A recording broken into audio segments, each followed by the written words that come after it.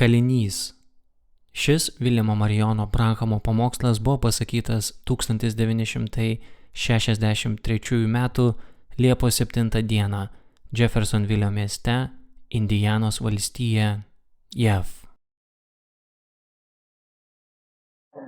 Esame vėl čia viešpaties Jėzaus vardu ir kad išgirstume apie tavo didžius ir galingus darbus, kuriuos tu esi padaręs anksčiau. Ir dabar mes stovime su lūkesčiu, tai pakelia mūsų tikėjimą ir patepa mus, kad patikėtume, jog tai, ko buvo prašoma šį vakarą, bus suteikta. Tu žinai kiekvieną iš jų viską, ko jie prašė, ir mes meldžiamės už juos, ypač viešpatie už tuos, kurie yra taip arti mirties. Suteik jų sielai ramybę, jei jos dar nėra.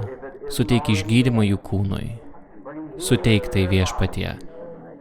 Palaimink mūsų susirinkimą. Mes meldžiamės viešpatie šio trečiadienio vakaro maldos susirinkimo metu, kad mes susirinkome, žinodami, jog ten, kur du ar daugiau yra susirinkę kartu, tu būsi su mumis. Ir mes prašome tave viešpatie šį vakarą duoti mums savo žodį. Kalbėk mums viešpatie ir sušildyk mūsų širdis. Nuostabiai, kad mes žinotume, kaip sudrausminti save artėjančiam didžiam laikui, nes tikime, kad artėja viešpaties atėjimas. Dėkojame tau šiuos žmonės, kurie dabar pradeda atrasti jiems brangų tikėjimą ir žino, ką reiškia tikėjimas. Ir žinome, net dėkojame tau už būsimus tarnavimus, tikime, kad tu kažką padarysi viešpatie. Mes laukiame su nekantrumu, kaip senais laikais, tikėdami, kad artėja metas, kai tu atversi dangaus langus ir išliesi pažadus, kuriuos Dievas pažadėjo šiai paskutiniai dienai. Dabar prašome tavęs viešpatie, kad būtum su visomis tautomis, nes šiandien girdėjome, kad visur aplinkui yra tiek daug žmonių, kuriems reikia pagalbos. Viešpatie, išpildyk jų prašymus, mes meldžiame, kad išvystume, kaip didi Dievo ranka judės visame pasaulyje tarp tų, kurie ieško šio didžio dalyko. Atleisk mums mūsų nuodėmę. Pamokyk mus viešpatie savo dvasia ir savo žodžiu, kad sudrausmintume save, kad būtume klusnus tarnai paklusnus Dievo valiai. Leisk mums nepamiršti ir pamėginti savo širdise apgalvoti, ką darė pirmieji krikščionys, kokius žmonės sutiktume, jei susitiktume su tais, kurie buvo asmeniškai susitikę su tavimi. Jų veidai turėjo švytėti tikėjimu ir džiaugsmu.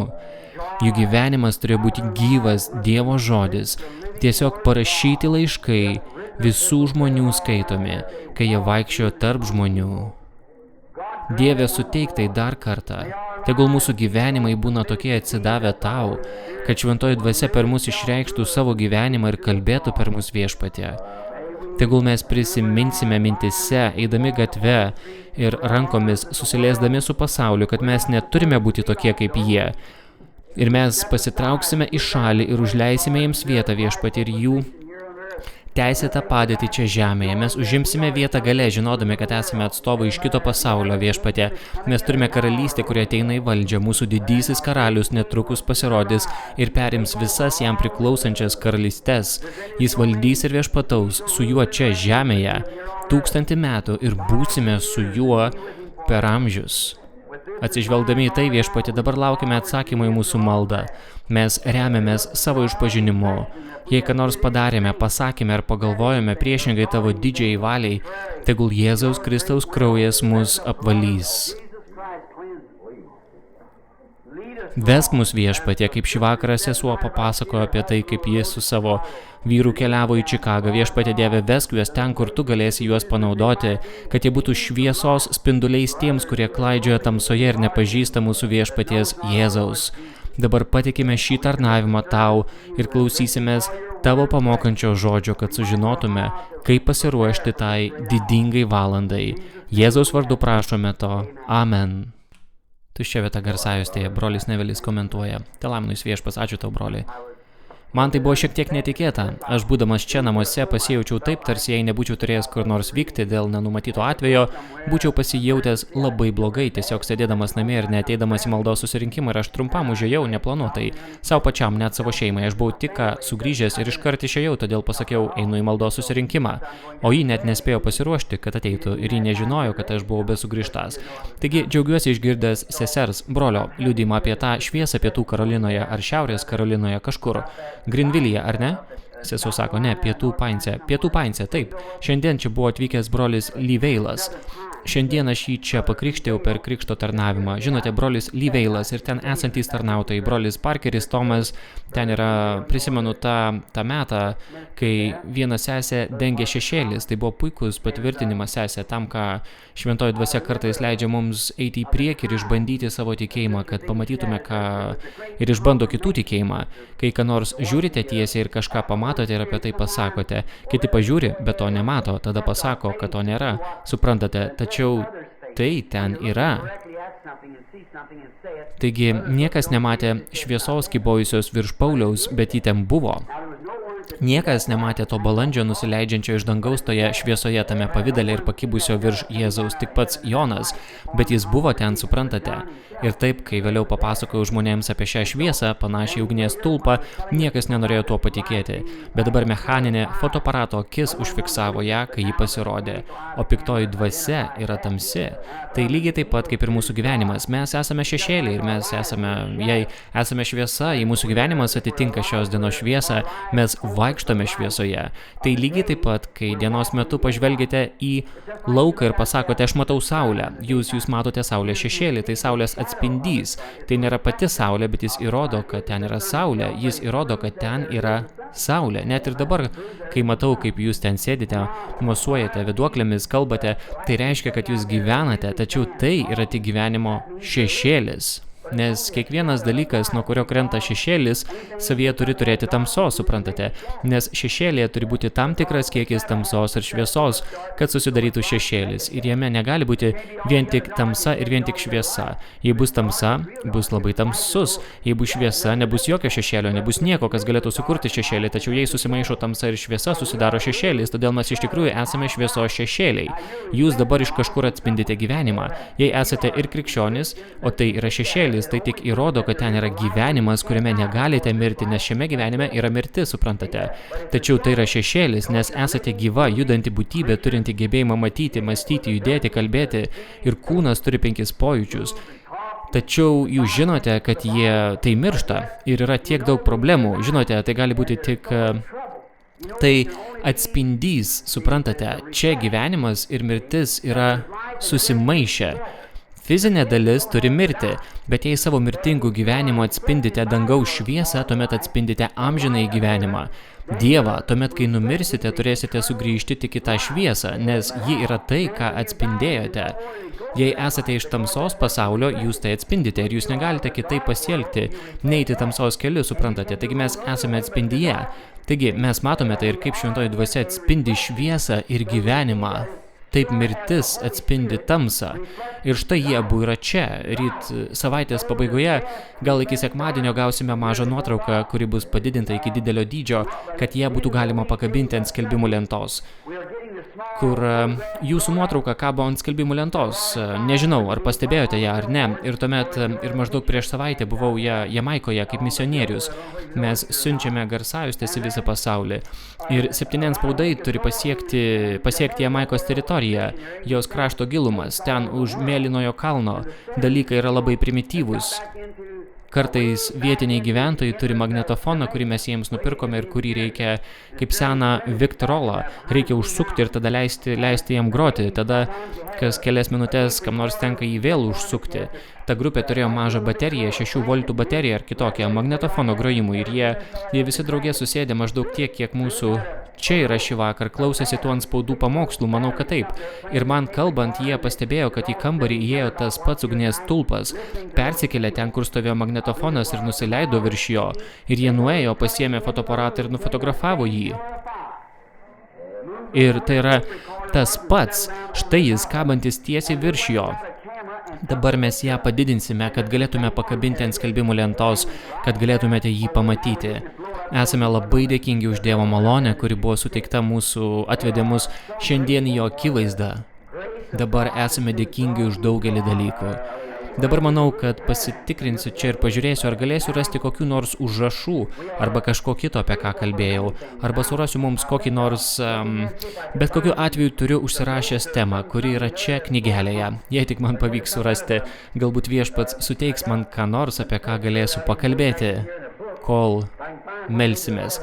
Taigi, dabar laukiame sekmadienio.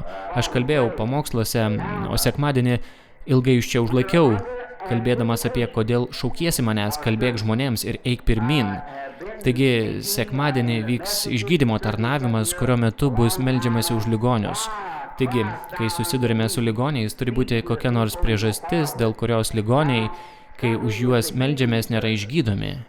Jei viešpats leis, noriu pasakyti trumpą pamokslą ir sekmadienio rytą.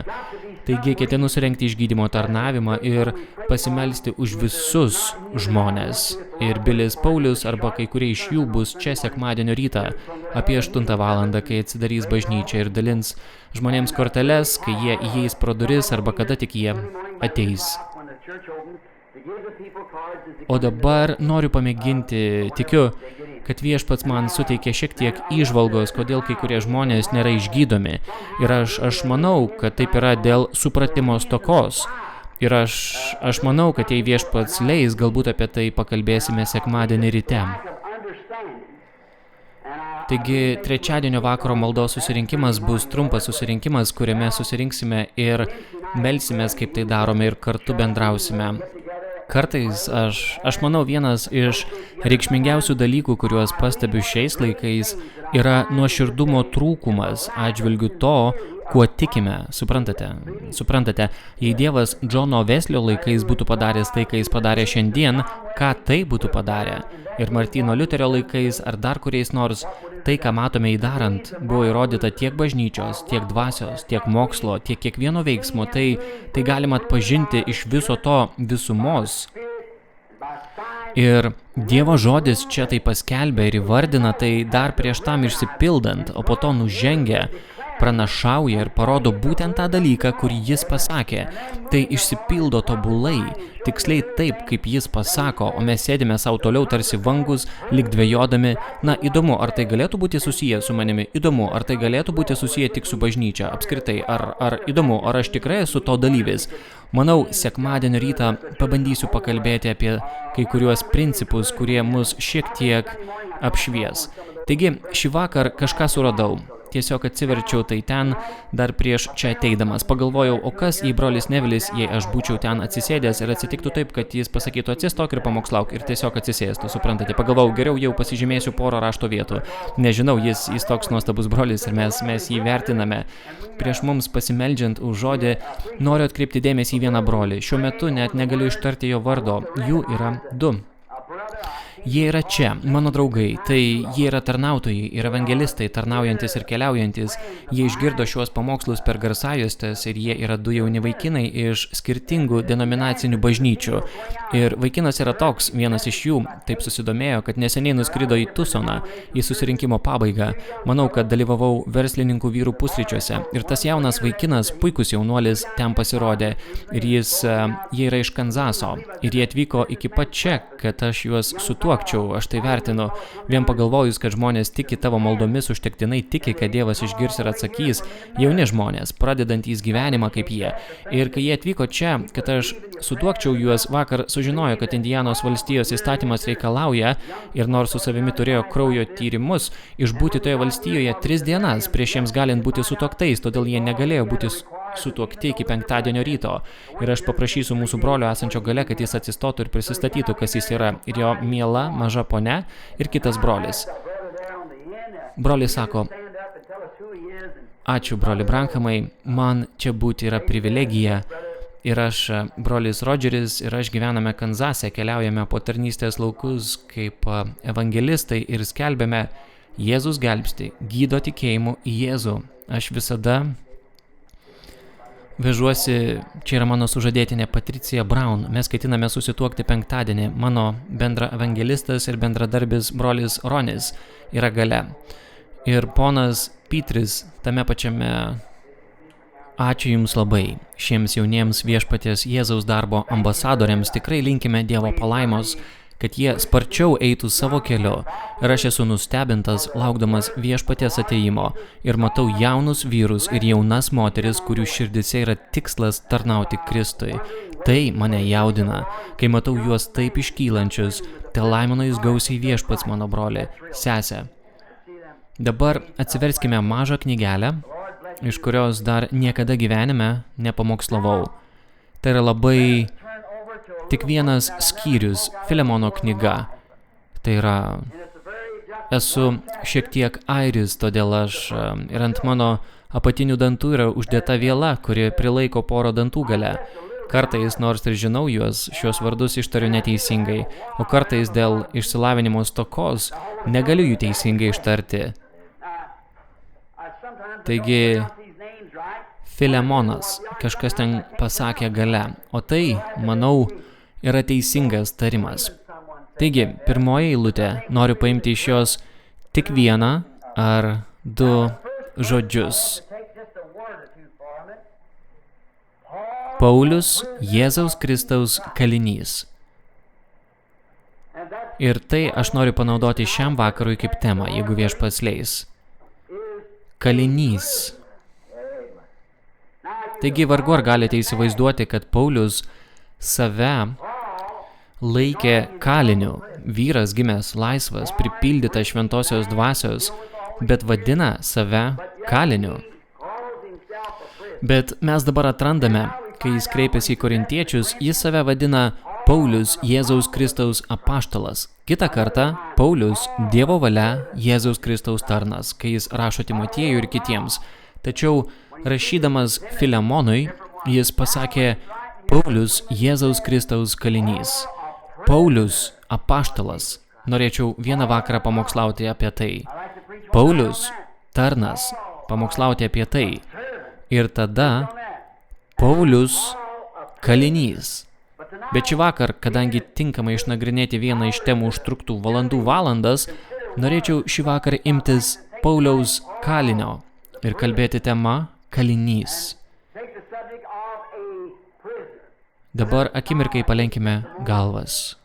Viešpatie Jėzau, bet kuris fiziškai pajėgus žmogus gali atsiversti šios Biblijos puslapius, bet tik šventoji dvasia gali ją išaiškinti, jai skirtoje šviesoje. Mes prašome, kad ji dabar ateitų ir padėtų mums suprasti, ką tai reiškia. Tas kreipinys šio didžio galingo pranašo Pauliaus, kuris vis tik save pavadino kaliniu. Tegul šventoji dvasia apreikš mums tai, kai laukiame jos Jėzaus Kristaus vardu. Amen. Taigi, galiu įsivaizduoti, kaip Paulius, rašydama šį laišką Filemonui, sėdėjo kalėjime, to miesto požemiuose, kalinys. Ir dėl savo padėties jis puikiai žinojo, ką reiškia šis žodis. Jį supo grotos. Jis galėjo būti paleistas į laisvę, tik jei kas nors būtų leidęs jam laisvai išeiti. Ir jis žinojo, ką reiškia būti kaliniu. Ir vėlgi, manau, kad apaštalas turėjo omenyje tik šiek tiek ne vien tik savo tuometinę būseną, kai buvo kalinys kai jo fizinis kūnas buvo tame kalėjime.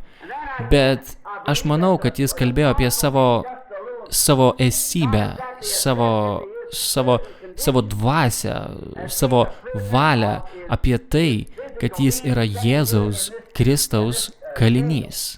Taigi, mes visi gimstame turėdami laisvos valios pasirinkimą, kad galėtume priimti bet kokį sprendimą, kurio norime. Dievas taip padaro teisingai, nes jis privalo kiekvienam žmogui suteikti tą patį pagrindą. Arba jis suteikia ne tam žmogui, arba jis suteikia pirmajam žmogui ne tą pagrindą, paskirdamas laisvos valios pasirinkimą. Suprantate? Šį vakarą esame lygiai tokie patys kaip Adomas ir Ieva. Nėra jokio skirtumo. Teisybė ir neteisybė yra pastatytos priešais mus. Gyvenimas arba mirtis, mes galime pasirinkti, nuo jūsų priklauso, ką pasirinksite, suprantate. Tai pasielgė Adomas ir Ieva ir suprantate, ir jie padarė neteisingą pasirinkimą ir dabar per tai visą rasę, žmonių rasę pasmerkė mirčiai, mirties bausmiai.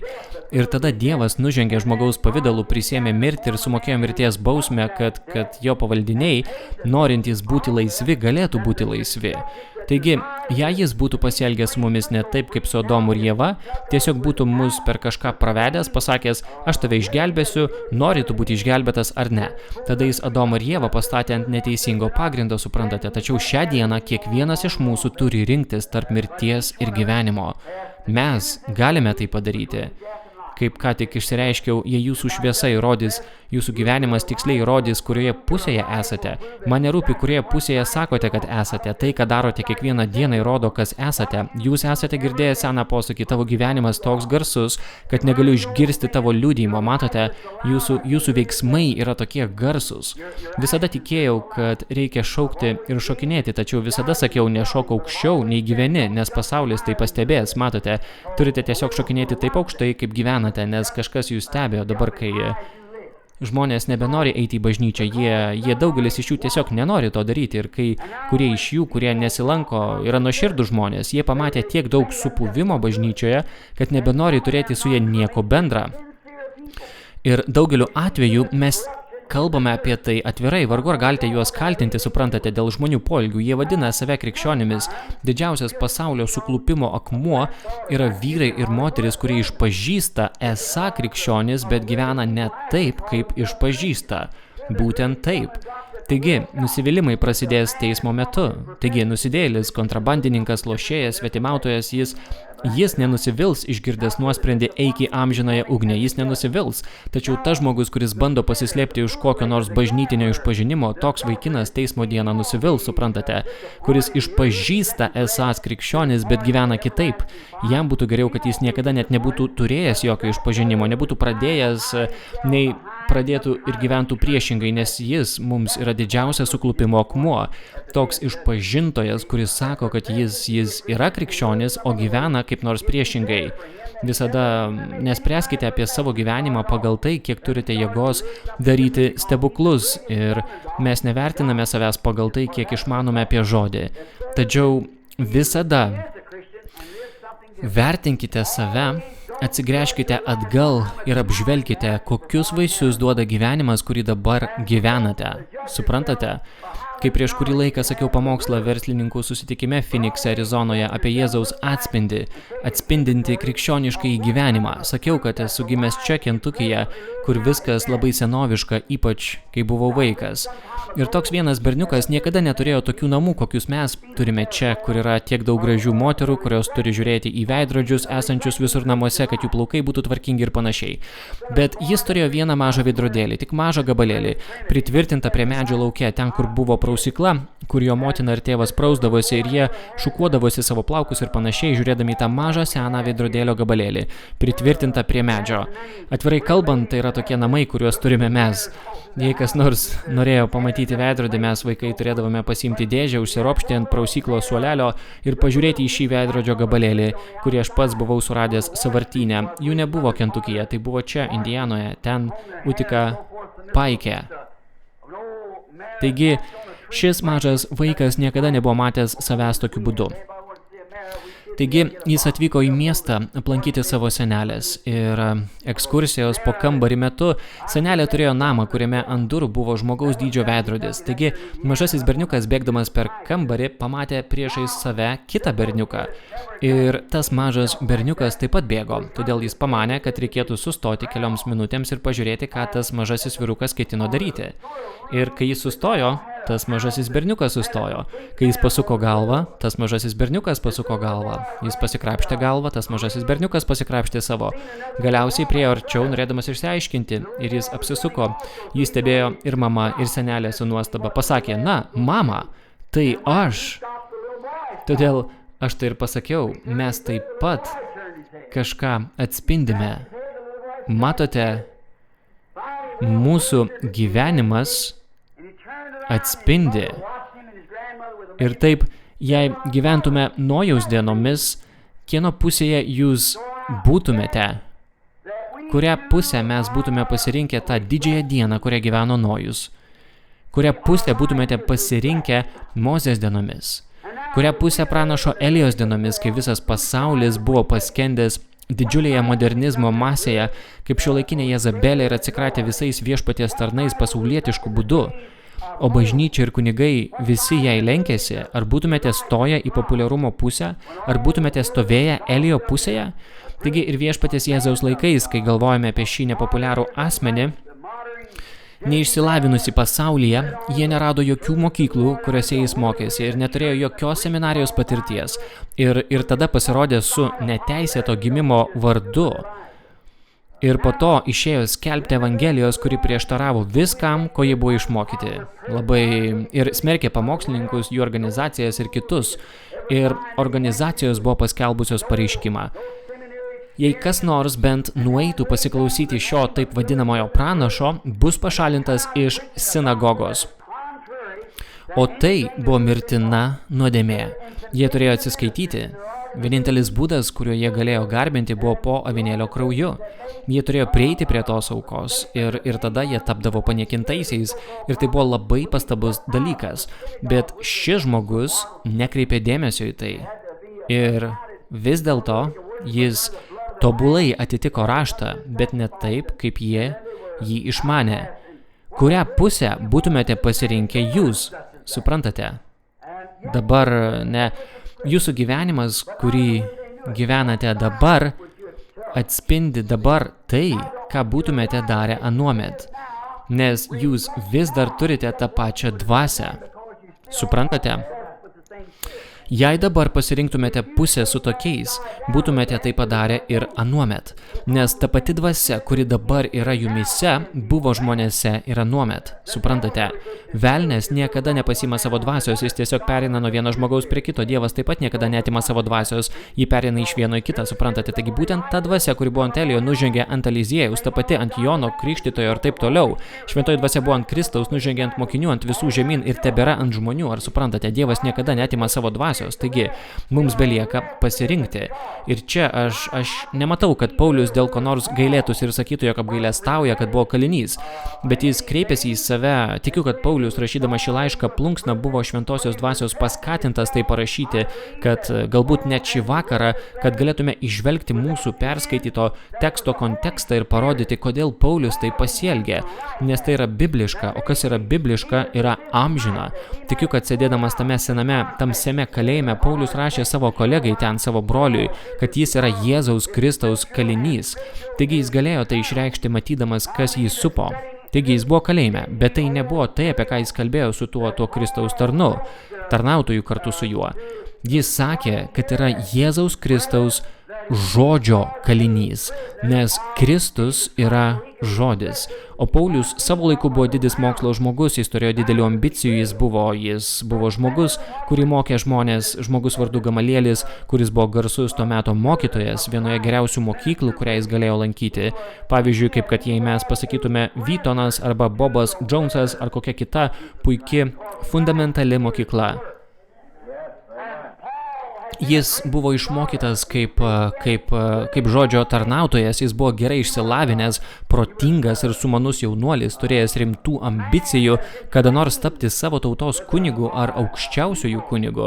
Jis turėjo ambiciją ir tuomet sužinojo, kad šiai dideliai ambicijai, kuriai jis buvo ruošiamas visą savo gyvenimą, nuo kokių 8 ar 10 metų iki kokių 30 ar 35, kai baigė koledžą ir įgijo diplomą, turėjo visus diplomus ir visą kitą ir turėjo gerą atsiliepimą iš visų dvasininkų, net aukščiausiojo kunigo Jeruzalėje. Jis turėjo jo įsakymus asmeninius, raštiškus ir patikėtų šiam didžiajam Sauliui nueiti į Damaską ir surasti ten visus, kurie garbina Dievą priešingai, nes jis sakė surišti juos ir pasodinti į kalėjimą. Prireikus jis turėjo įsakymą juos nužudyti, jei tik panorėjo. Jis turėjo didelę ambiciją. Bet tada Dievas atėmė iš jo visą tai, ko jis buvo išmokytas. Suprantate? Ir tai, kas buvo jo tikslas, ir tai, kam jo tėvas išleido savo pinigus ir tėvo bei motinos ambicijos, visa tai iš jo buvo atimta. Nes Dievas turėjo kažką kitą, todėl jis tapo kaliniu, atitrauktų nuo savo gyvenimo tikslo ir tapo kaliniu Jėzaus Kristaus, kuris buvo žodis. Tas kelias į Damaską pakeitė Paulių. Apie 11 valandą, galbūt dienos metu, jis buvo ištiktas.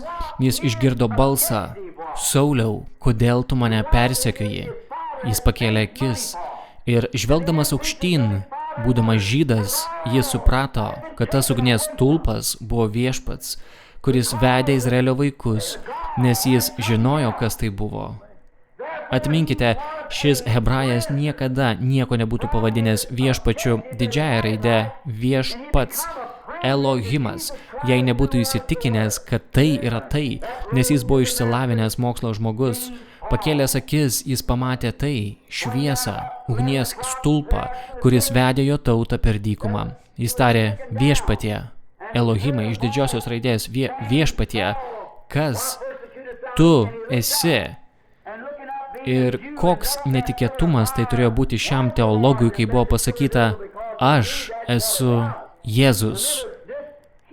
Būtent tas, prieš kurį jis buvo taip priešiškai nusistatęs. Koks posūkis. Šiam vyrui turėjo būti siaubinga sužinoti, kad visos jo ambicijos, kurias jis turėjo, sužinoti viską vienu metu apie tai, kai jis persekiojo, jo ambicijos jį pastumėjo tolyn nuo pagrindinio dalyko, kurį jis turėjo išpildyti. Ir koks didelis sukrėtimas turėjo būti šiam apaštalui, kai jis pasakė: aš esu Jėzus. Būtent tas, kurį jis persekiojo. Kodėl tu mane persekioji?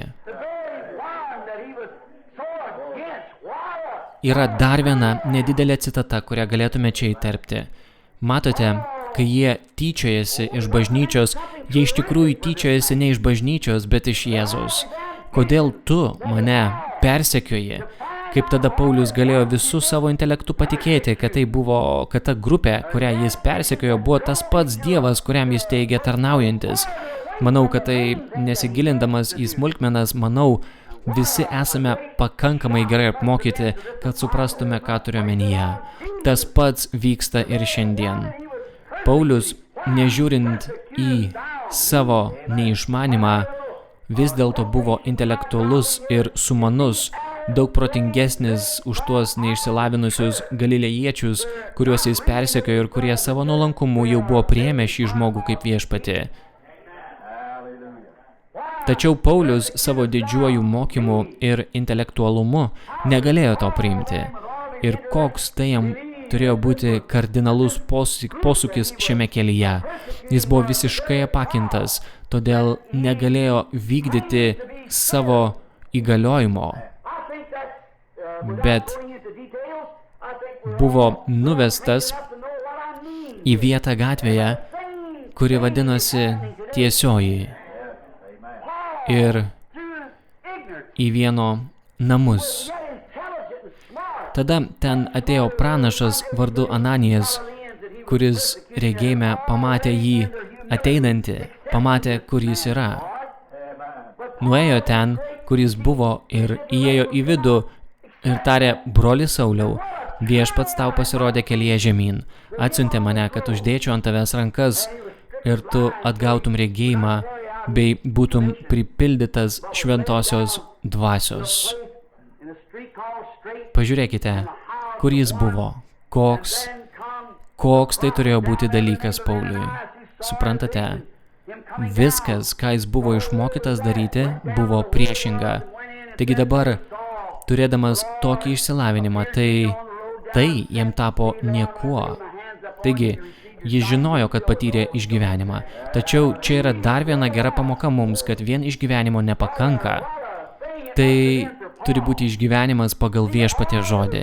Taigi, tai matydamas ir žinodamas, kad tai buvo kažkas labai didingo, tada, kad kažkas kitas tai priėmė anksčiau už jį, jis 3 metus ir 6 mėnesius praleido Arabijos dykumoje, pasiėmė Bibliją, kokiai buvo nuomet Senąjį testamentą, ir nuvyko ten, kad palygintų šį savo išgyvenimą ir įsitikintų, ar tai atitinka raštą.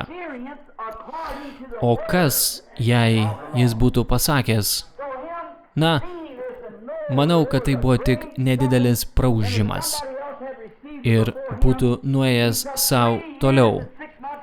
Aš vadovausiuosi savo intelektu. Taigi, jis turėjo tapti kažko įkalintas kalėjime. Taigi, po to, kai palygino tai ir suprato, akivaizdu, kodėl jis galėjo parašyti knygą Hebrajams provaizdėje, suprantate, 3,5 metų praleido ten, pasinėręs žodyje ir sužinojo, kad tas pats Dievas, kuris jį pašaukė, atitraukė jį ir perkeitė visą jo intelektą, pakeitė viską, ką jis kada nors galvojo, viską, kuo jis mokėsi būti. Visos jo ambicijos buvo tiesiog sunaikintos ir jis tapo kaliniu. Dievo meilė buvo tokia milžiniška ir tai buvo toks apreiškimas, kad jis negalėjo nuo to pabėgti. Toks yra kiekvieno tikro tikinčiojo, susitikusio su Dievu, tikrasis išgyvenimas. Jūs atrandate ryšį su kažkuo, kas yra taip didinga, kad tampate kaliniu, o visa kita, suprantate, jūs pabėgate nuo visko, kad įkalintumėte save tame. Tai buvo išreikšta vieną kartą, kai Jėzus pasakė, dangaus karalystė panaši į žmogų, perkantį perlus, kai jis randa didįjį perlą, parduoda viską, ką turi, kad įsigytų tą vienintelį. Štai taip yra ir čia. Jūs turite intelektinę sampratą, turite teologinę patirtį, bet kai ateina metas, kai jūs iš tikrųjų atrandate tikrąjį dalyką, jūs tiesiog parduodate visą kitą ir užsidarote štai tame. Paulius žinojo, kas tai buvo. Jis atrado, kad buvo pririštas prie kažko, kaip ir žirgas, kuriam uždedame pakinktus, kad jis ką nors trauktų. Ir Paulius žinojo po šio išgyvenimo ir po 3,5 metų, kai lygino savo išgyvenimo provaizdį su Biblija, jis suprato, kad Dievas jį išsirinko ir pririšo jį šventąja dvasia per išgyvenimą, kurį jis patyrė, kad evangelija būtų atnešta į pagonio akivaizdą. Pati dvasia jį pririšo. Ir šiandien, būdami Kristaus tarnai, mes tampame pririšti, susieti. Mes negalime eiti, esame prisijungę prie jo, pririšti prie žodžio. Nesvarbu, ką sako kiti, jūs esate pririšti prie jo. Jame yra kažkas tokio, nuo ko tiesiog negalite atsitraukti. Jūs buvote su tuo pakinkyti į jungą. Šventąja dvasia jūs pajungė į žodį. Nesvarbu, ką sako kiti. Tai yra žodis. Jis visada su juo surištas, su juo pajungtas į jungą, į žodį. Dvasia jis buvo pakinkytas į žodį. Jis to išmoko ten, Arabijos dykumos glūdumoje, kai nuo jo buvo nuplėšti visi ankstesni dalykai, patirtis ir ambicijos. Taigi šiandien atrandame, kad pirmiausia, tai nuo mūsų turi būti nuplėšta, bet žmonės nenori, kad tai būtų nuo jų nuplėšta. Brolis metodistas nori laikytis šiek tiek savo metodistiško mokymo, o brolis baptistas nori pasilikti šiek tiek savo baptistiško mokymo, suprantate? Bet nuo jūsų turi būti nuplėšta visiškai viskas ir jūs turite atgimti iš naujo, naujai. Ir toliau tęsti nuo čia, leisti šventai dvasiai vadovauti. Jūs negalite pasakyti, na, mano tėtis sakė, kad kai jis atėjo į bažnyčią, jis paspaudė ranką pastoriui, jis yra geras ir ištikimas narys. Jo rasiai tai galėjo būti gerai, bet mes esame kitokia rasė, suprantate, dabar turime sugrįžti prie Biblijos laikų šiai dienai. Kunigai taip pat buvo pririšti, bet matote, jie perėjo į kitą epochą ir jiems Jiems nepavyko nusiplėšti senųjų pakinktų ir užsidėti naujuosius. Ta patį matome ir šiandien. Mes išgyvenome denominacijų amžių, kaip įrodėme per bažnyčios periodus, Bibliją ir taip toliau, bet dabar mes ateiname į laisvą amžių, kai pati šventoji dvasia nužengia ir apreiškia save, padaro save žinomą, įgyvendina kiekvieną pažadą, kurį jis pažadėjo. O, tai bent, koks nuostabus laikas. Jis žinojo tai. Dar vienas dalykas, jis žinojo, kad negalėjo eiti į kitas vietas, kad būdamas pririštas prie to, jis to nepadarys. Taip ir buvo, bet jis norėjo eiti. Jis žinojo, kad jo ambicija traukė jį tarp brolių, kuris buvo kviečiamas ateiti, tačiau dvasia jį spaudė daryti kai ką kitą. Jis nepriklausė savo pačiam. Galbūt kas nors būtų galėjęs pasakyti, broli Sauliau, broli Pauliau, norime, kad ateitum čia, nes mes turime didžiausią bažnyčią, mes turime didžiausią susirinkimą, tau surinkti paaukojimai bus gausūs ir taip toliau. Bet dvasios slegiamas jis pagalvojo, aš ten turiu brolį, norėčiau nueiti ir išgelbėti šį brolį, atvesti jį pas viešpatį, tačiau dvasia vis tiek jį skatino eiti kitur. Jis buvo kalinys, tai tiesa, o Dieve, padaryk mus tokiais kaliniais, atitrauk nuo savanaudiškų ambicijų, nuo savo vertinimų ir geresnio mąstymo, kad taptume Jėzaus Kristaus kaliniais. Manau, kad tai buvo puikus pareiškimas. Aš esu Jėzaus Kristaus kalinys. Ir atminkite, jis yra žodis, suprantate? Nesvarbu, ką kiti galvoja, tai yra žodis, suprantate? Jei esate žodžio kalinys, jokia denominacija negali jūsų nuo jo atitraukti. Tai yra žodis. Jūs esate jo kalinys. Štai ir viskas. Turite elgtis taip, kaip elgėsi jis. Taigi, jis negalėjo eiti į tam tikras vietas, į kurias norėjo, nes kodėl? Dvasia jam uždraudė. Prisiminkite, kad Paulius daug kartų bandė nuvykti į kokią nors vietą, galvodamas, štai ten galėčiau surengti puikų susirinkimą, bet dvasia jam neleisdavo. Taigi, ar tai aiškiai nurodo ir įrodo, kad Paulius buvo kalinys? Kalinys Jėzui Kristui, pririštas prie jo žodžio per dvasią. O, man tai patinka, jis buvo surištas grandine ir meilės pančiais, kad vykdytų Dievo valią ir vien tik tai. Jis buvo kalinys. Jis buvo meilės pančiuose. Jis buvo surištas jungu su Kristumi. Jis su niekuo kitu negalėjo susijungti. Jis buvo sujungtas su juo. Ir kur vedlys vedė, ten ir jis turėjo eiti. Nepriklausomai nuo to, kokia žalia buvo ganykla, ar ji buvo šioje ar kitoje pusėje, jis turėjo eiti tuo keliu, kuriuo ėjo lyderis ir jungas. O, šį vakarą, jei tik mes, kaip Branhamo bažnyčia, galėtume tapti savo egoistinės būties, savo ambicijų kaliniais, kad galėtume visiškai atsisakyti savęs ir būti sujungti su juo, nesvarbu, ką galvoja visas pasaulis, ką daro visas pasaulis, mus jungia meilės pančiai. Mes esame kaliniai. Mano kojos yra taip sujungtos su Kristumi, kad jos nešoks.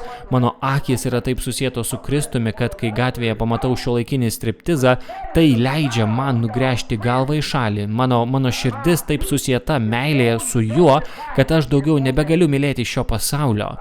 Mano valia yra taip susieta su jo, kad dabar net nebežinau, kokios yra mano ambicijos. Tiesiog, kur tik tu vesi, seksiu paskui tave viešpatie. Būsiu kalinys. Matote? Paulius teisingų būdų buvo kalinys. Jis nepasakė neteisingo teiginio, jis buvo šventosios dvasios išmokytas ir vėl laukti žodžio. Taigi, jis buvo išmokytas vienokiu būdu, bet tada Dievas jį išmokė kitu būdu. Jis buvo išmokytas šventosios dvasios laukti viešpaties, nepaisant kokios buvo jo ambicijos. Dabar šventosios dvasios padedamas jums kai ką parodysiu. Suprantate, dabar paimkime pavyzdį. Vieną dieną Paulius ir Silas leidosi gatve mieste, kuriame jie rengė prabudimą. Ir maža, demono apsėsta mergina vis sekė paskui jį ir šaukė. Ir be jokios abejonės Paulius žinojo, kad jis, kaip apaštalas, turėjo valdžią iš tos moters išvaryti piktąją dvasią. Bet ar jūs pastebėjote? Jis laukė diena iš dienos, kol staiga šventoji dvasia prabilo jam ir pasakė, atėjo tam skirta valanda. Tada jis tarė, tu, dvasia, išeik iš jos. Matote, jis žinojo, kad reikia laukti viešpaties. Štai kur šiandien tiek daug žmonių užtraukė gėdą žodžiui. Jie išeina su ambicija. Kiek daug prabudimų tapo bevaisiais dėl tokių dalykų, nes evangelistas nesulaukė, ką viešpats nori pasakyti.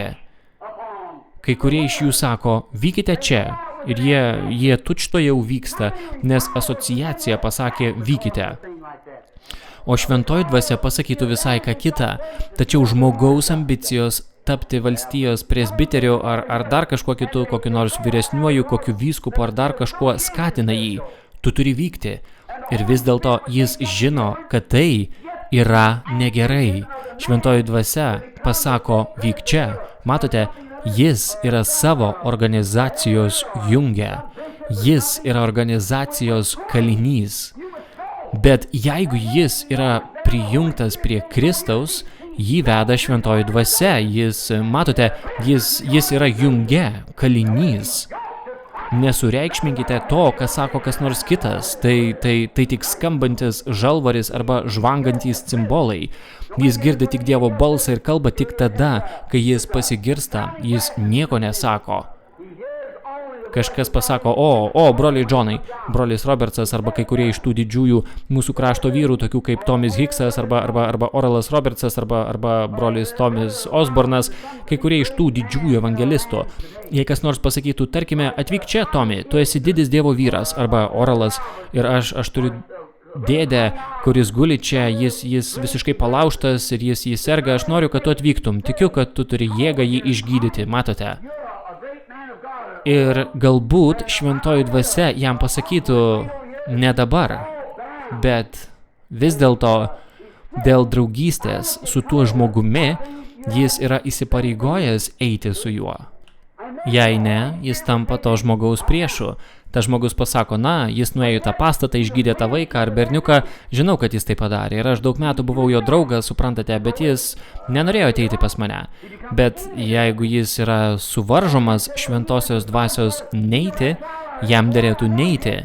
Jei jis yra sujungtas su Dievu, jis myli savo draugą, bet jam derėtų būti vedamu šventosios dvasios ten eiti, nes priešingų atveju iš to nebus jokios naudos. Aš patiriu tai daugybę kartų, tačiau Paulius tiesiog laukia, kol dvasia jam pasakys, ką daryti. Laukite dvasios, pasakė. Vieną naktį jis stovėjo ir pamokslavo. Ir jis išėjo iš ten, jis pamatė luošą vyrą ir staiga dvasia prabilo jam ir jis tarė, aš supratau. Kaip? Taip pat kaip jis suprato, kad jie suduš prie salos, suprantate. Aš matau, kad tu turi tikėjimą būti išgydytas. Atsistok ant kojų. Jėzus Kristus padarė tave sveiką. Matote, štai taip, jis buvo junge. Jis galėjo ten surengti savaitės trukmės prabudimą, bet nieko nebūtų įvykę. Tačiau vis tiek jis laukė, kol šventoji dvasia prakalbės, suprantate, jis buvo sujungtas su šiuo potraukiu. Dabar jūs pasakysite, broli Branhamai, jūs paneigėte tai, ką pasakėte sekmadienį apie tai, ko visą šitą laiką laukėte. Bet jūs atsimenate, šventoji dvasia prakalbo man kelyje ir tarė, aš siunčiu tave atgal tarp ligonių ir kenčiančiųjų. Matote, tai yra paklusnumas šventai dvasiai. Aš nevykau, kol jis man nepasakė to daryti. Aš laukiau, taip sako viešpats, kol gavau, taip sako viešpats. Taigi tai yra visai kas kita, suprantate. Dabar tai daro skirtumą, taip. Jis laukė viešpatie žodžio, jis buvo slegiamas dvasios, kad vykdytų tik Dievo valią. Tada jis tapo Jėzaus Kristaus kaliniu. Draugai, jei tik mes galėtume tapti kaliniais. Aš žinau, kad yra karšta, tačiau jei leisite, aš norėčiau paminėti dar porą personažų. Čia esu užsirašęs maždaug 6 ar 8, tačiau aš norėčiau paminėti dar 1 ar 2 personažus. Pažvelkime į Mozės personažą. Jis buvo gimęs būti išlaisvintoju ir jis žinojo, kad gimė būti išlaisvintoju. Bet prieš kalbėdamas apie Mozę norėčiau pasakyti, kad Dievas visada turi paimti tą žmogų, kuris iš tiesų jam tarnaus, kad taptų jo kaliniu. Žmogus turi atsisakyti visų savo ambicijų, visko, kas jis yra, visų dalykų, savo gyvenimo, sielos, kūno, valios, ambicijų ir viso kito ir tapti visišku Kristaus, kuris yra žodis, kaliniu, kad tarnautų Dievui. Galbūt, vadovaudamiesi savo sveiką nuovoką, turėsite eiti priešingai. Galbūt tam tikroje organizacijoje manote, kad jie galėtų jūs paaukštinti ir suteikti jums kažką didingo, kad galėtumėte sužibėti. Bet ko jūs pasieksite, po kurio laiko pasijusite nugalėtas, kol Dievas suras žmogų, kuris norės tapti jo kaliniu.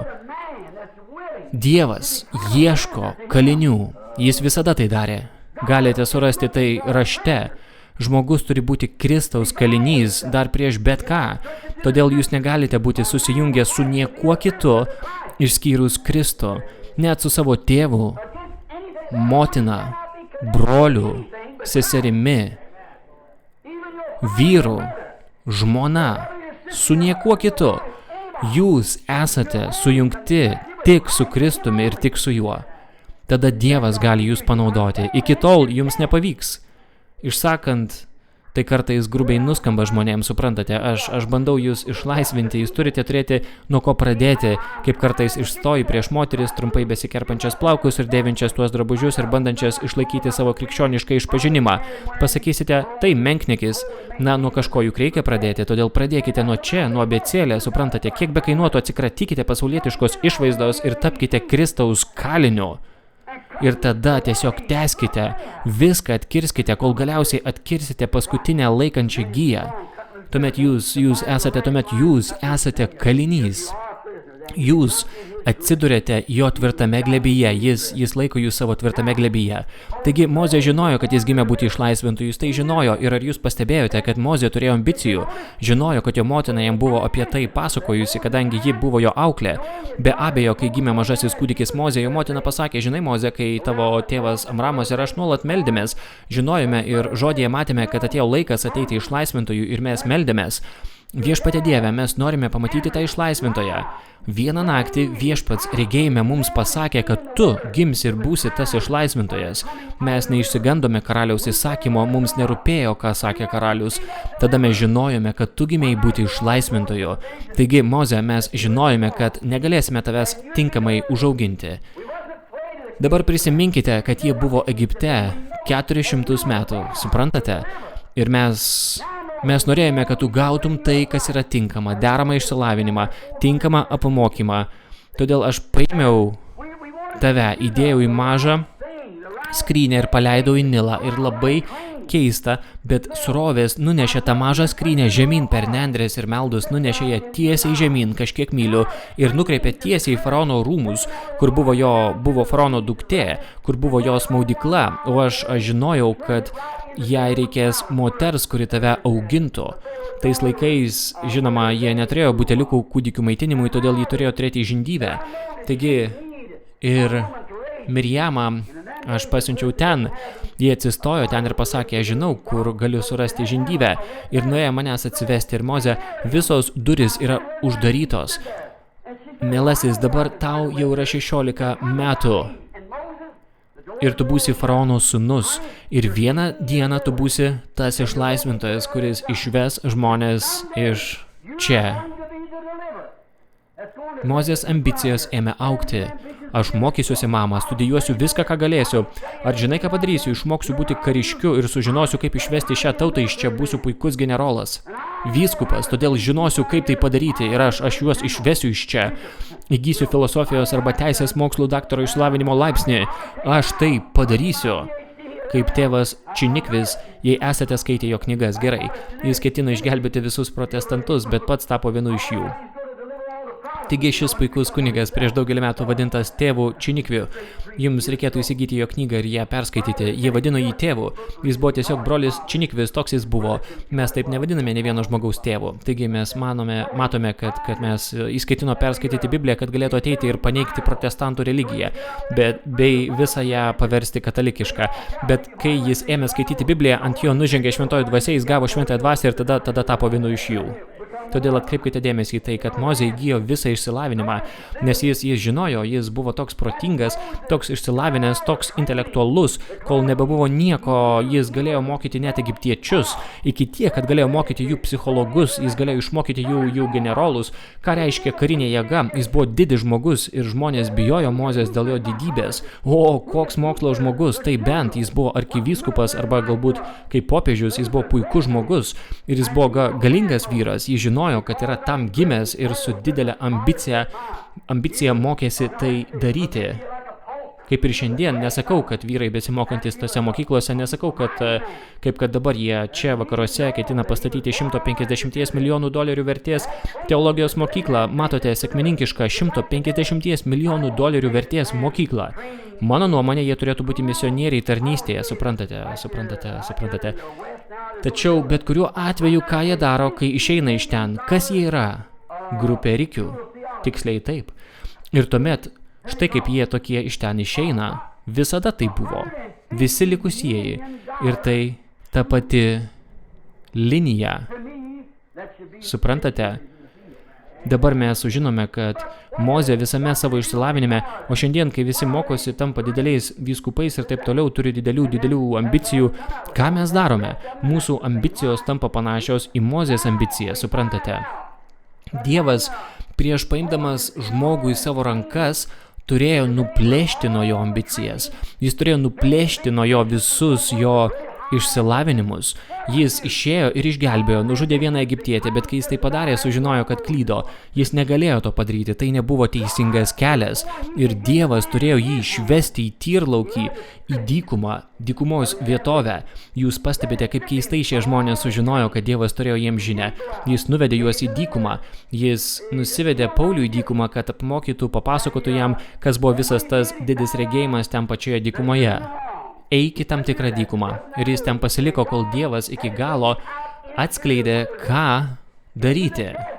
Mozės laikais jis išsivedė jį į dykumą, laikė jį ten 40 metų ir nuplėšė nuo jo visą teologiją ir ambicijas. O, koks laikas, kai jis galėjo atsigręžti atgal ir pamatyti savo nesėkmę. Ir mes šį vakarą turėtume pasielgti taip pat, kai išvelgiame savo ambicijas. Pažvelkite į išgydymo kampaniją ir pažiūrėkite, ar prieš kelerius metus Viešpats ką nors padarė, kad pradėtų grąžinti ligoniams išgydymą ir panašiai. Visi, kiekviena organizacija, kadangi jis neatėjo į jų organizaciją, jie turėjo surasti jiems gydytoją. Ir ką mes padarėme? Pažvelkime į tai tik akimirką.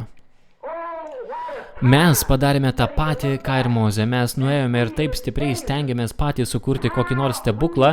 Aš pajutau ligos kvapą, aš ant savo rankos turiu kraujo ir prasimano stebuklą.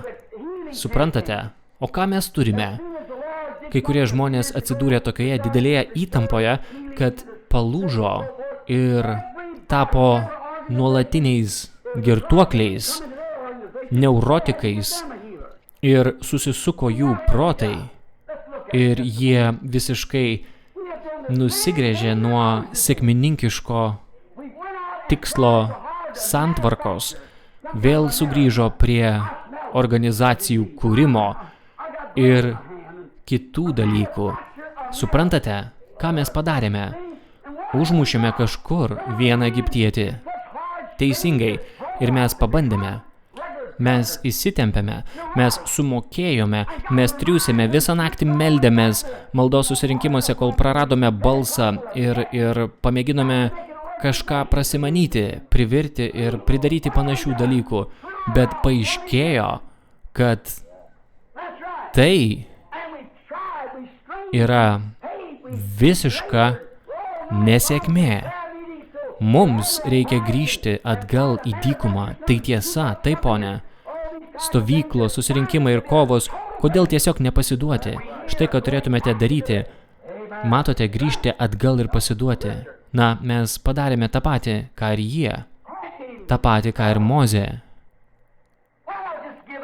Tai nieko gero neduoda.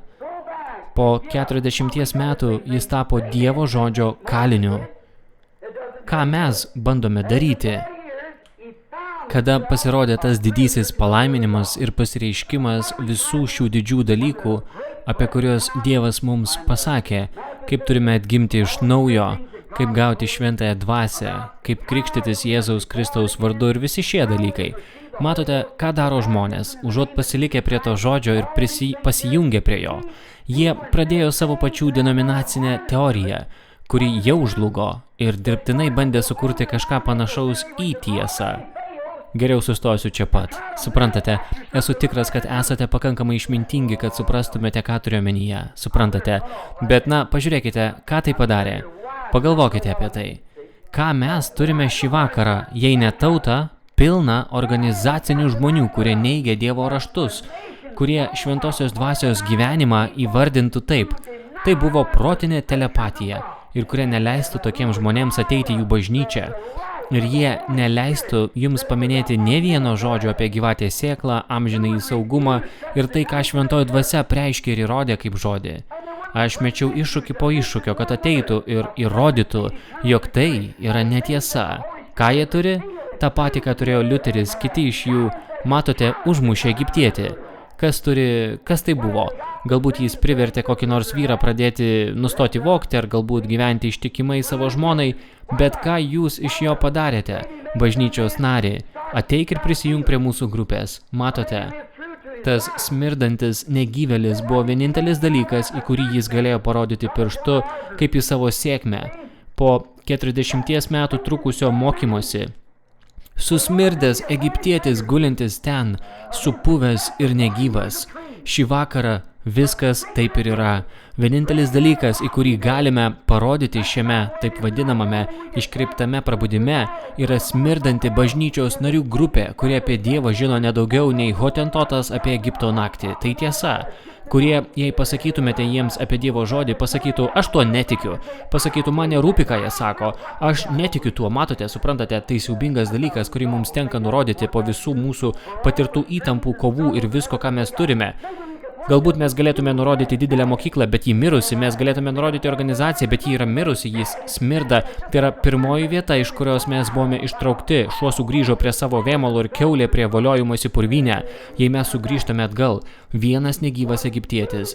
Be abejo, bet kažkas pasakė, Moze, argi tu nebeturi užuojauto žmonėms? Tu buvai tam pašauktas. Kiekvienas pažinojęs Mozę žinojo, kad jis buvo tam pašauktas. Ir ar tu praradai užuojautą žmonėms? Ne, ponė. O kodėl tu dar nesi išėjęs ten to įgyvendinti, o kodėl tu nesi čia bandydamas tai padaryti, o kodėl tu neini su visais kitais?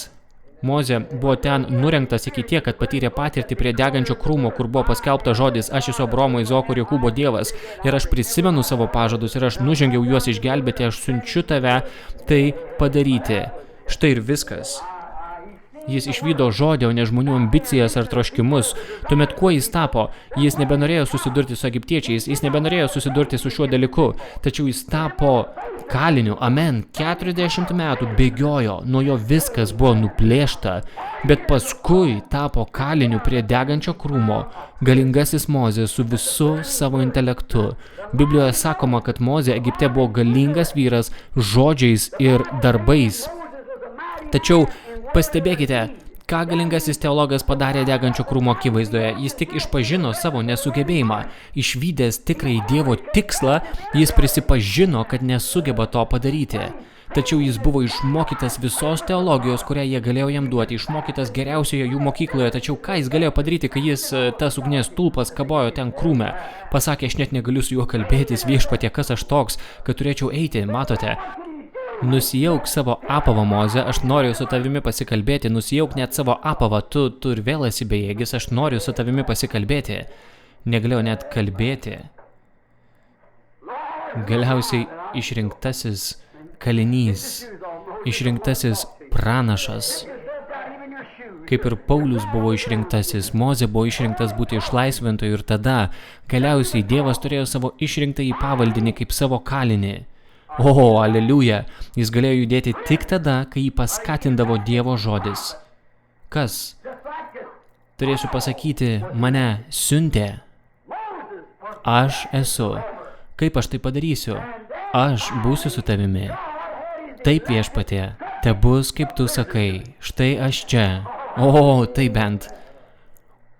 Taip, Jis buvo kalinys. Jis pasirinko kelią, prieštaraujantį jo asmeniniai nuomoniai. Taigi, jis buvo apmokytas vadovauti kariuomeniai. Kalavijus aukštyn, apsisukite, išmokyta sakyti, vežimai visi rikiuotėje, ietis priekin, pulkite. Štai kaip jis ketino užkariauti.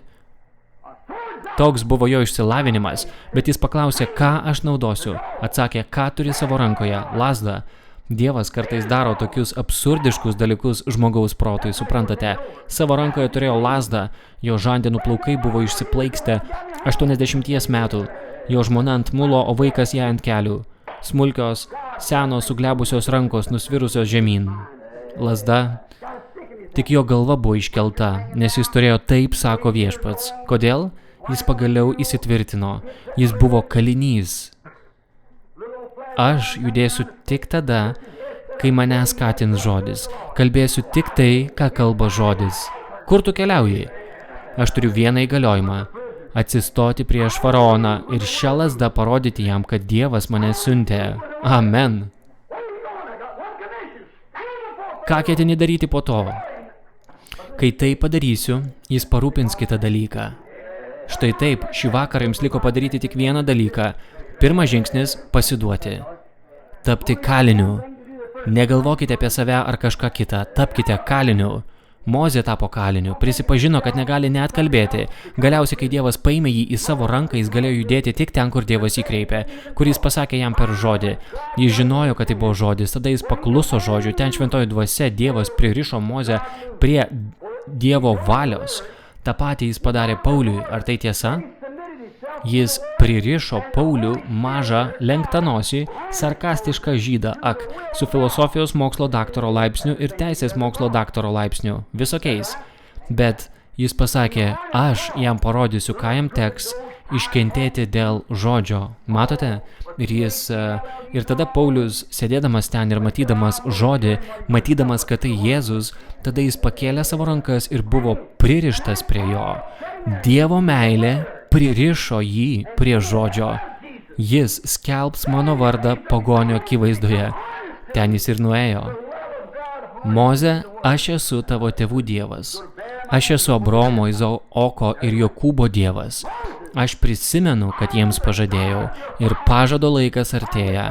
Ir aš matau savo tautos vargus, aš prisimenu savo pažadus ir aš nužengiau, kad tave pririščiau. Tu žinai, ką pasakė žodis. Aš pririšau tave, kad nueitum ten, pririšau tave su jėga, kad nueitum ten ir išgelbėtum mano tautą. Ir paimk tą lazdą į savo ranką kaip liudytoją, nes tu matei stebuklą padarytą su ją. Kaip Dovydas su laidynė, suprantate, pririšo save ir jis nuėjo ten. Pagaliau Dievas turėjo žmogų, kuris buvo jam pavaldus, pririštas prie jo ir negalėjo pajudėti, kol jo nepaskatindavo Dievo žodis. Jei tik žmonės tai padarytų šiandien. Tada jis buvo jo kalinys, meilės kalinys, sujungtas meilės saitais su Dievu, kaip Paulius buvo susietas meilės saitais su Dievu. Kaip ir Paulius, abu jie mokėsi taip pat. Žinote, Mozė mokėsi išgelbėti Izraelio vaikus karinę jėgą. Paulius mokėsi juos išplėšti iš romėnų rankų ir išlaisvinti savo didžiulę bažnytinę jėgą tuometinėme pasaulyje. Garsiose ugdymo mokyklose, iškilusiose Gamalielio valdžioje. Jie abu išėjo į dykumą, bet grįžo kaip kitokie vyrai. Abu jie matė ugnies stulpą ir abu jie buvo pranašai. Ar tai tiesa? Abu jie pranašai. Su jais abiem kalbėjusi ugnies stulpas. Būtent taip, ateidamas ieškoti išlaisvintojo. Ten jie buvo, išėjo į dykumą, paliko savo namus ir išėjo į dykumą, kad išsiaiškintų. Paliko savo žmones ir viską, kad surastų Dievo valią. Suprantate? Jie buvo išmokyti vienokio būdo, bet Dievas juos pakeitė į kitokį. Ir jie turėjo tapti visiškais kaliniais ir elgtis ne taip, kaip norėjo, bet taip, kaip Dievas norėjo, kad jie elgtųsi. Jis yra tas pats vakar, šiandien ir per amžius. Ar turime dar 10 minučių pabaigti tai? Brolis Nevilis sako amen. Labai greitai pereisiu prie kito personažo. Dabar vieną matau prieš save, jo vardas Juozapas. Jis buvo išrinktasis sūnus, jis buvo tobulas Jėzaus Kristaus provaizdis, jis gimė pranašu, jis taip pat buvo pranašas, suprantate, ir taigi jis matė regėjimus. Dar būdamas mažas berniukas, jis pamatė regėjimą, kaip sėdi soste, o jo broliai jam lenkėsi, suprantate. Tačiau sekite, jis jautėsi esas puikus vaikinas, suprantate, visi jie. Bet ką Dievas turėjo padaryti? Jis padarė tą patį, ką ir kitiems, nes Mozė buvo išvaduotojas, Paulius buvo išvaduotojas ir dabar Juozapas buvo išvaduotojas. Jis išgelbėjo savo tautą nuo bado. Ką Dievas turėjo su juo padaryti? Pasodinti jį į kalėjimą, pasodinti jį tiesiai į kalėjimą. Taip, ponė, prisiminkite, kad jį egiptiečiui pardavė jo broliai. Jie pardavė jį Potifarui. Potifaras suteikė jam šiek tiek laisvės, bet ji netrukus buvo iš jo atimta. Ir štai jis sėdi kalėjime ir verkia. Dievas turėjo nuo jo viską nuplėšti. Dabar atkreipkite dėmesį, tačiau manau, kad visą tą laiką, kol buvo kalėjime, jis prisiminė, kad regėjime buvo pasakyta, jog jis atsisės į sostą, o jo broliai jam nusilenks, nes jis žinojo, kad jo dovana atėjo iš Dievo ir jis žinojo, kad tai turėjo išsipildyti. Jei tik mes galėtume tai įsidėmėti ir vadovautis Dievo žodžiu, kad šiomis paskutinėmis dienomis jis turės bažnyčią, jis turės tautą ir tuos dalykus, kuriuos jis pažadėjo, jis juos įvykdys. Jis pasakė, kad tai padarys ir mes gyvename šiuo metu. Mes esame čia. Jis tiesiog stengiasi mus dabar padaryti tikrais kaliniais, uždarytais kartu su juo. Jūs girdėjote tą seną giesmę, kurią giedate. Ir tada aš užsidarau su Dievu. Aš noriu užsidaryti su Dievu. Taigi, štai kada aš apie tai pagalvojau. Būti užsidariusiam su Dievu, niekuo kitu. Ir judėti tik tada, kai Dievas liepia judėti. Jūs darote tik tai, ką sako Dievas. Tada esate užsidarę su Dievu. Dabar prisiminkite, kad jis galvojo. Jis taip pat tapo visišku nevykėliu savo pačiam. Viskas, ką jis žinojo, ką suprato ir viskas, jis tapo visišku nevykėliu. Tai nesuveikė. Jis atsidūrė tokioje padėtyje, kurioje niekas jo neklausė. Jis buvo kalinys, suprantate. Jis atsidūrė tokioje situacijoje, kurią netikintieji nepatikėtų. Ar suprantate, ką turiu omenyje? Jo tarnystė buvo bevaisė, žmonės nusukdavo savo galvas, kalėjime jie nekreipė jį dėmesio. Kokią naudą galėjo atnešti jo tarnystė? Jis galėjo atsistoti prie kalėjimo grotų ir pamokslauti jiems, bet jie ėjo toliau gatve, suprantate, tačiau jis tapo kaliniu. Ir Dievas jį laikė kaliniu, kol viskas nesusidėliojo į vietas. Pasakė, štai mano žmogus. Šlovė. Visiškas nevykėlis. Galiausiai Dievas atėjo pas jį į kalėjimą, kaip ir pas Paulių ir pas visus kitus. Jis atėjo pas jį. Jis panaudojo jam duotą dovaną, kad iš ten jį išvestų teisingai. Jis išvedė jį iš jo kalėjimo. Ką jis padarė? Kai tik jis išvedė jį iš jo kalėjimo, karalius jam suteikė valdžią. Jo karalius, kuriam jis sėdėjo iš šono ir buvo pavaldus. Jis buvo išvestas iš kalėjimo ir gavo valdžią tokią, kad viskas, ką jis pasakydavo, turėjo išsipildyti. Amen. Savo kalėjime jis nuolat prisimindavo, kad buvo gimęs tam tikram tikslui. Jis turėjo sėdėti šalia karaliaus. Visi kiti nusilenks ant kelių prieš jį. Taip jam bylojo jo regėjimas. Amen. Tačiau prieš jo regėjimui, galutinai išsipildant, jis turėjo tapti kaliniu. Amen. Ir tik po to jis tapo valdovu.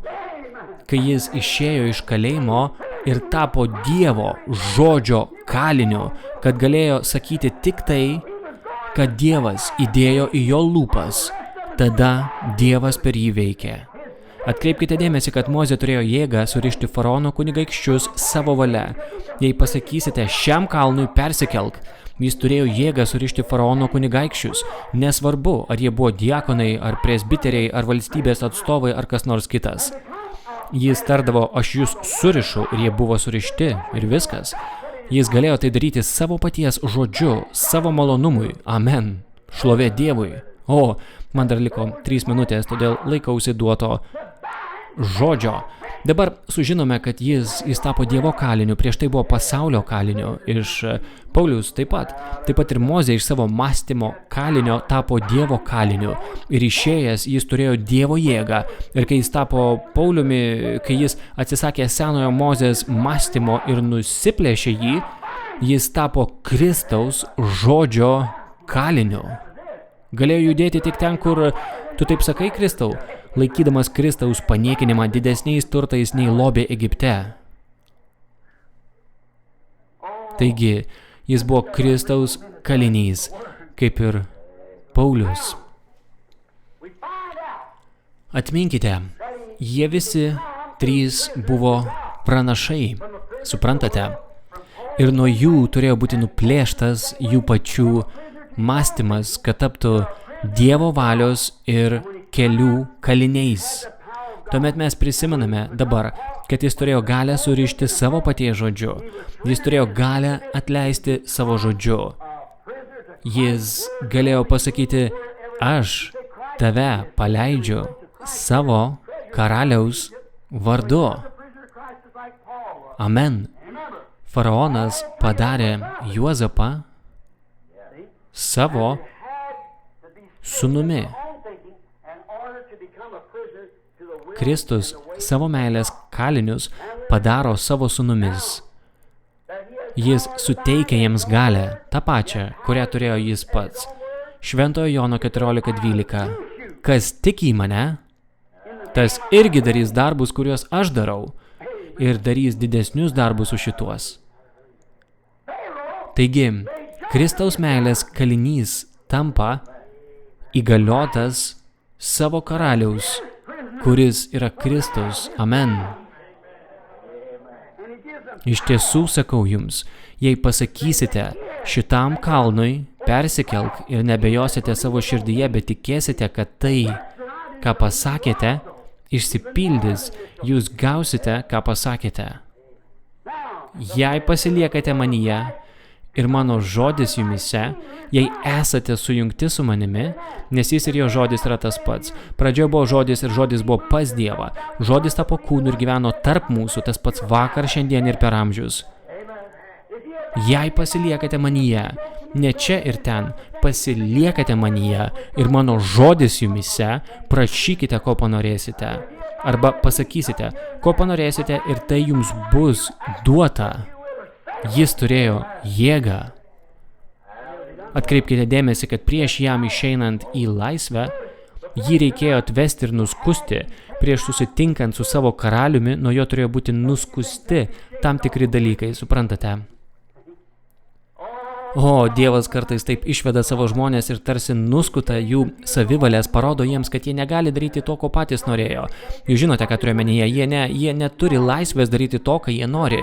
Prieš jiems ateinant ir į visišką valdžią ir tampant Kristaus meilės vergais, jie turi būti nuskusti, o tada pristatyti. Kartais jis nuveda juos į dykumą, kad tai padarytų, kad nuskustų juos, ir tada parveda juos kaip pateptąjį, kad jie įvykdytų tikslą, kuriam jis juos paskyrė. Ar suprantate, ką turiu omenyje? Broliai, mes esame pabaigos laike. Prisiminkite visus kitus kartus, ką jis padarė. Jis visada turėjo paimti žmogų ir padaryti jį savo kaliniu, kad jis paliktų savuosius. Jis turėjo atsisakyti visko, ką žinojo, pamiršti viską, ko buvo išmokytas, viską, kad pažintų Dievo valią ir sektų Dievu. Jis negali tuo pačiu metu sekti žmogiškų ir dieviškų dalykų. Jie per daug priešingi vienas kitam. Negalite vienu metu važiuoti į rytus ir vakarus. Negalite vienu metu sukti į dešinę ir į kairę. Negalite vienu metu elgtis teisingai ir neteisingai. Negalite vienu metu sekti žmogumi ir Dievu. Ne, ponė. Jūs arba sekate Dievu arba žmogumi. Taigi tuomet, jei sekate Dievu ir atsidavėte Dievui, tada tampate šio Dievo, šio žodžio, šios valios kaliniu. Nesvarbu, ką sako kas nors kitas, jūs tampate jo kaliniu. Pasiklausykite, mes esame pabaigos laike. Tai sakau su pagarbumu ir pagarba, prabėgant paskutinėms kelioms minutėms. Pažvelkite, ką Dievas, mano nuomonė, padarys ir turi padaryti ir padarys šiomis paskutinėmis dienomis, tai yra surasti įrankį pjūčiai. Jis turi surasti įrankį, kad galėtų iškulti grūdus kluone. Kiekvienas ūkininkas, nuimdamas derlių, turi turėti įrankį, kuriuo galėtų jį nuimti, be abejo. Jis turi turėti aštrų pjautuvą ar kokį nors kitą įrankį grūdams iškulti. O, derlius pribrendo. Dieve, paimk mus į savo ranką, padaryk mus noriais tavo meilės tarnais, panaudok mus kaip įrankį, kad ši nuodėminga, prakeikta žemė, kurioje šiandien gyvename, suprastų, jog Jėzus Kristus yra tas pats vakar, šiandien ir per amžius. Man pačiam, Dieve, leisk man būti kaliniu. Jei visi mano broliai mane atstums, jei visi mano draugai mane atstums, aš noriu būti Jėzaus Kristaus ir jo žodžio kalinys, kad šventoji dvasia mane pririštų prie jo žodžio, kad pamatyti, kaip šventoji dvasia patvirtina Dievo žodį tais pačiais dalykais, apie kuriuos jis pasakė, kad jie bus padaryti. Aš noriu būti Jėzaus Kristaus kalinys. Pasimelskime.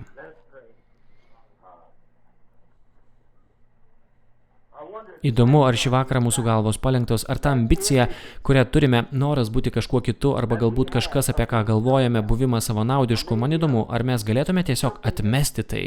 Įdomu, ar koks nors čia esantis berniukas šį vakarą apsidairęs aplinkui galėtų pasakyti, kai tapsiu didelis, būsiu toks ir toks žmogus. Įdomu, ar tu galėtum pajusti, kaip Dievo valia įeina į tavo gyvenimą ir pasakyti, aš dabar mano ambicijų nebeliko, keletą pastarųjų dienų šventoji dvasia kalbėjo su manimi, aš noriu atsiduoti Dievui ir būti šios paskutinės dienos kūlimo įrankiu. Kokia nors jauna mergina, kuri galbūt turi ambicijų tapti gražia moterimi arba būti gražia ponia, arba galbūt vieną dieną padaryti karjerą Holivude, norėčiau paklausti, ar dabar nenorėtum savo ambicijų atiduoti Dievo ir jo žodžio akivaizdoje, išgirsti Dievo kvietimą savo gyvenime. Dievas žino, kas jūs esate. Įdomu, ar netoliese būtų koks nors tarnautojas ar patarnautojas, besidarbuojantis kur nors bažnyčioje. Aš tik retkarčiais čia užsuku, aš nepažįstu trečdalio šį vakarą čia sėdinčių žmonių, bet aš tik nedidelį būrį čia. Įdomu, ar atsirastų toks žmogus, kuris norėtų pasakyti, man nerūpi, ką kas nors sako, aš dabar esu Dievo vergas, aš skelbsiu jo žodį, nežiūrėdamas į nieką. Man nerūpi, kas, jei ir mano organizacija mane atmes, aš vis tiek liksiu su šiuo žodžiu, aš tai padarysiu. Mano valia yra Dievo valia yra mano valia. Aš būsiu Jėzaus Kristaus kalinys. Jo malonė ir pagalba aš tai padarysiu. Pagalvokite apie tai, kol esame nulenkę galvas, kiek žmonių šį vakarą turi tokią ambiciją. Ar galite pakelti savo ranką? Štai ir manoji. Viską aš aukoju. Dabar nulenkę galvas. Lėtai. Dabar, kai tai apgalvojate, kai meldžiatės. Viską aš aukoju. Viską aš aukoju.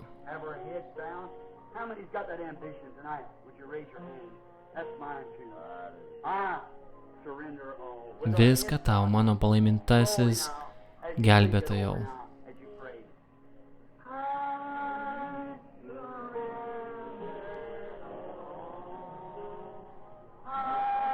Viską aš aukoju.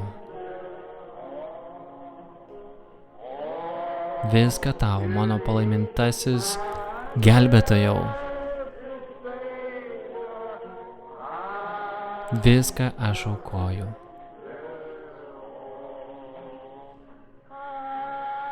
Aš aukau. Ar jūs tikrai turite to omenyje? Aš noriu būti kalinys. Paimk mane, Viešpatie, šį vakarą nuvesk mane į Puodžiaus dirbtuvę, sudaužyk mane visą ir suformuok mane iš naujo. Štai čia.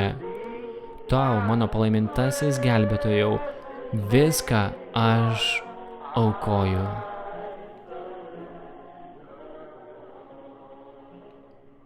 Dangiškasis Tėve, toliau skambant giesmei, pamaniau, kad šiuo metu būtų naudingiausia pertraukti giesmę ir akimirką pasikalbėti su tavimi.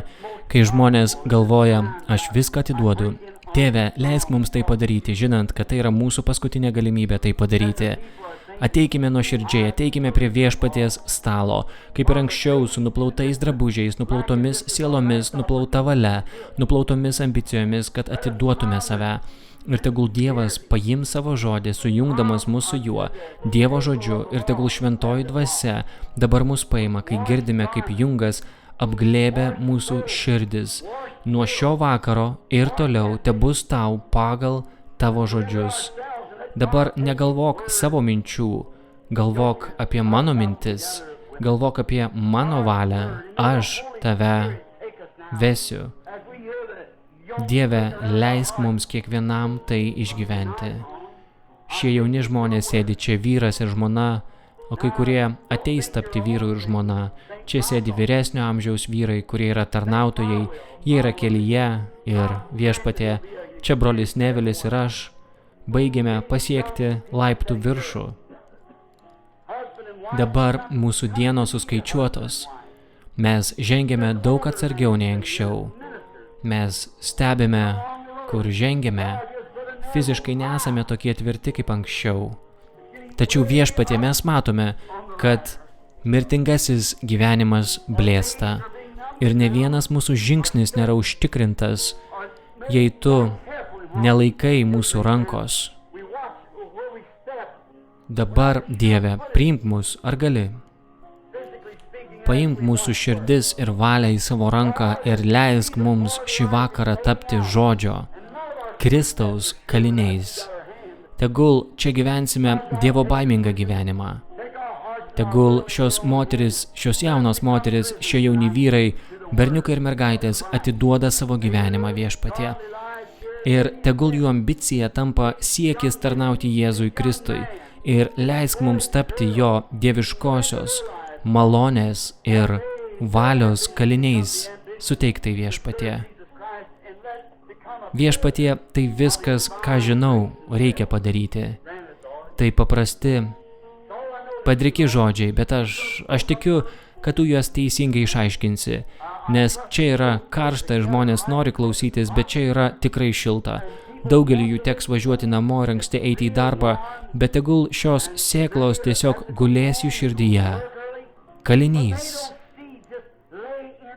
Grįžę namo pasakykite žmonai, kai jos prieš joms pasiruošiant atsiklaupti melstis šią popietę ar šį vakar prie lovos, pažiūrėkite vienas į kitą, paklauskite, o kaip yra su tuo šį vakar, ar mes tikrai tapome Kristaus ir jo valios kaliniais, ar mes veikiame savo valia. Tegul jauni vyrai ir jaunos moteris visur, ypač tie, kurie šį vakarą girdėjo žinią, užduoda savo tą patį klausimą. Ar aš noriu tapti kaliniu, atsisakydamas savo gyvenimo? Kas nori išgelbėti savo gyvybę, tas ją praras, o kas praras savo gyvybę dėl manęs, tas ją atras.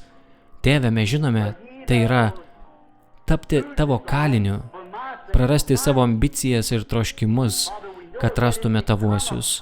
Tada turėsime amžinąjį gyvenimą. Suteik tai, Viešpatie. Vienintelis dalykas, kurį žinau reikia padaryti, atiduoti dabar tai tavo rankas ir tegul tai taps vaisinga ir atneš puikių įrankių paskutiniųjų dienų pjūčiai, vyrų ir moterų, berniukų ir mergaičių, kurie bus visiškai atsidavę Dievo valiai ir taps Jėzaus Kristaus kaliniais, jo meilės, surakinti dieviškosios meilės Kristui pančiais, nes mes prašome to jo vardu.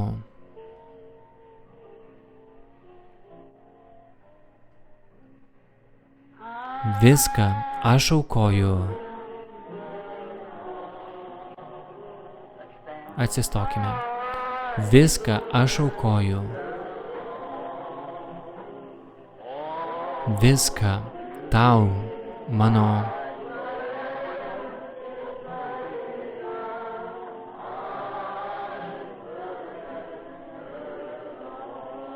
Pakartokime tai dar kartą, užmerkę akis ir iškėlę rankas. Viską aš aukoju. Viską aš aukoju.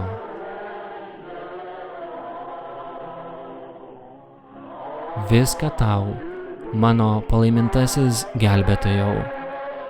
Viską aš aukoju.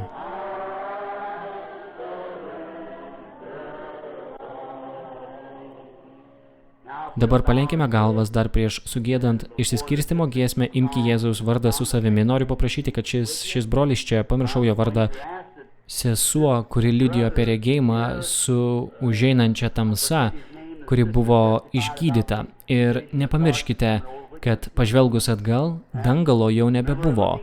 Tai padarė jos tikėjimas. Ar paleisi mūsų maldą, brolau, ir paprašyk mums Dievo palaiminimų.